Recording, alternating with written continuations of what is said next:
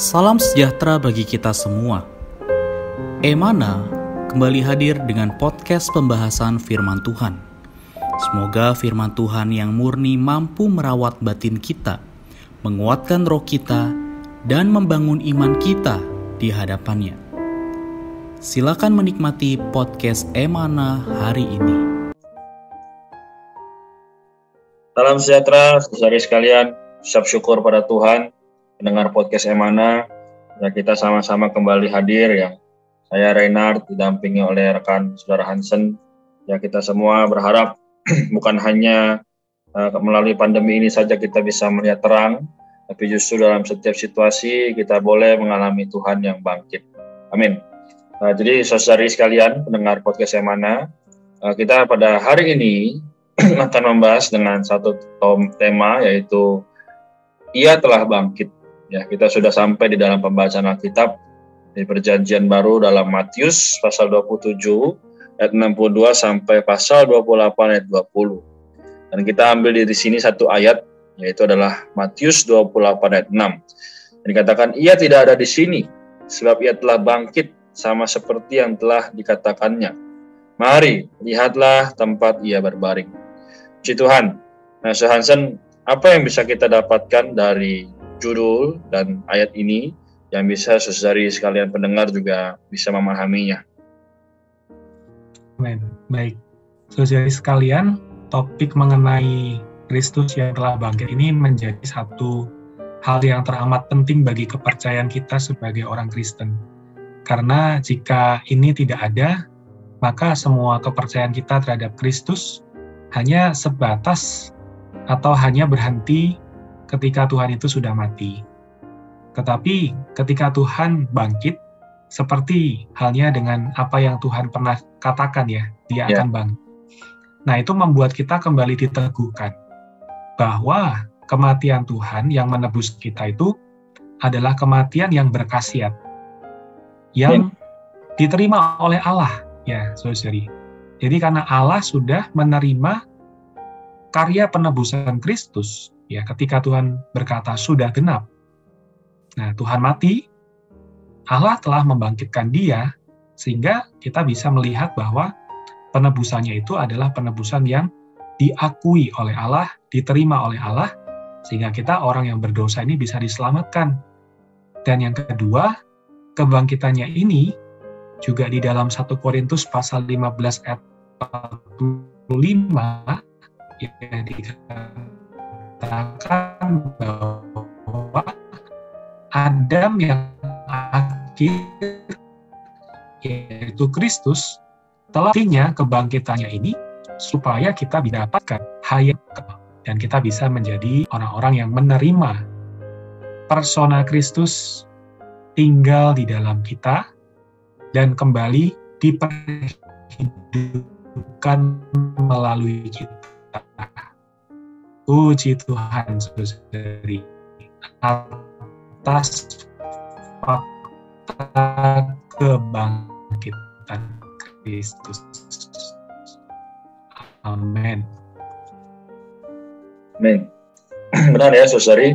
Jadi kita melihat tadi bahwa fakta kebangkitan Kristus kepada kita hari ini harusnya adalah bagi kemuliaan Tuhan ya.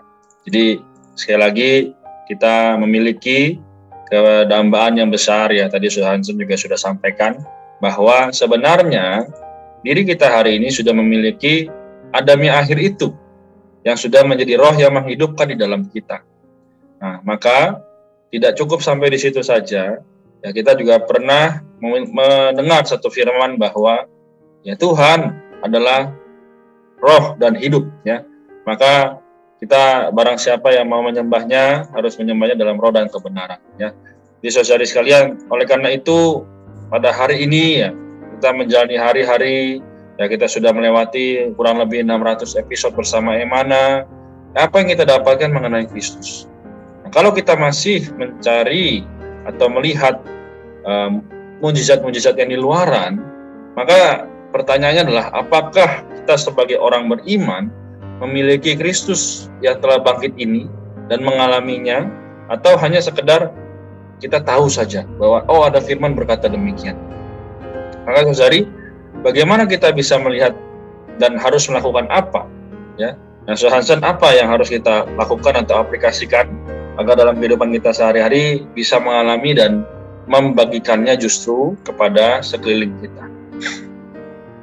Ya, baik. Satu poin yang sangat penting ya, saudari, karena ketika kita hanya melihat ini sebuah cerita, maka ini tidak menjadi satu dampak atau pengaruh atau manfaat bagi kita sebagai orang Kristen.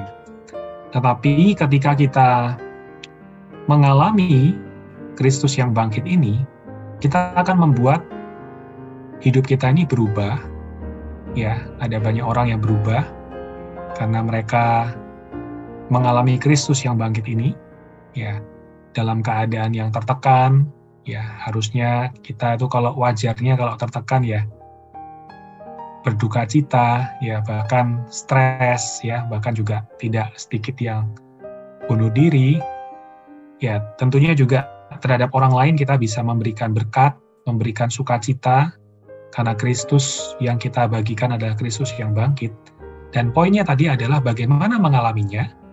Sekali lagi melalui ayat tadi, yaitu 1 Korintus 15 ayat 45, yang menyatakan bahwa Kristus hari ini adalah roh yang memberikan hidup, maka kita mengalaminya juga perlu menggunakan organ yang tepat. Ya, kita bukan meneliti, bukan dengan menghafalkan banyak teori, tetapi banyak menggunakan roh kita untuk berkontak dengan Tuhan secara hidup. Ya, karena itu ketika menghadapi berbagai persoalan, kita perlu belajar untuk memanggil nama Tuhan, berdoa dengan sangat hidup, ya, bukan dengan satu doa yang dibaca, ya, bukan doa yang terprogram, tetapi doa yang hidup, yang spontan di dalam setiap hal dalam kehidupan kita. Nah, dengan demikian, ketika kita berkontak dengan Tuhan yang bangkit ini, ya, sama seperti kita berkontak dengan satu aliran listrik, ya, saudari, ya, ketika kita mengecas suatu device, ya, maka aliran itu akan teralir ke dalam device itu. Demikian juga ketika kita berkontak dengan Kristus yang bangkit dengan menggunakan organ yang tepat, yaitu roh kita, ya, menyembahnya harus di dalam roh dan kebenaran, maka kita akan mendapatkan kuasa kebangkitannya ini. Dan kita akan mendapatkan berkat, ya, berkat hayat yang kekal, yang luar biasa. Amin. Mengaliri kehidupan kita. Amin. Mungkin demikian, Saudara Renat. Puji Tuhan. Ya, saya sangat terberkati, ya. Jadi sangat limpah, lengkap, juga sangat jelas, ya, apa yang Saudara Hansen sudah sampaikan.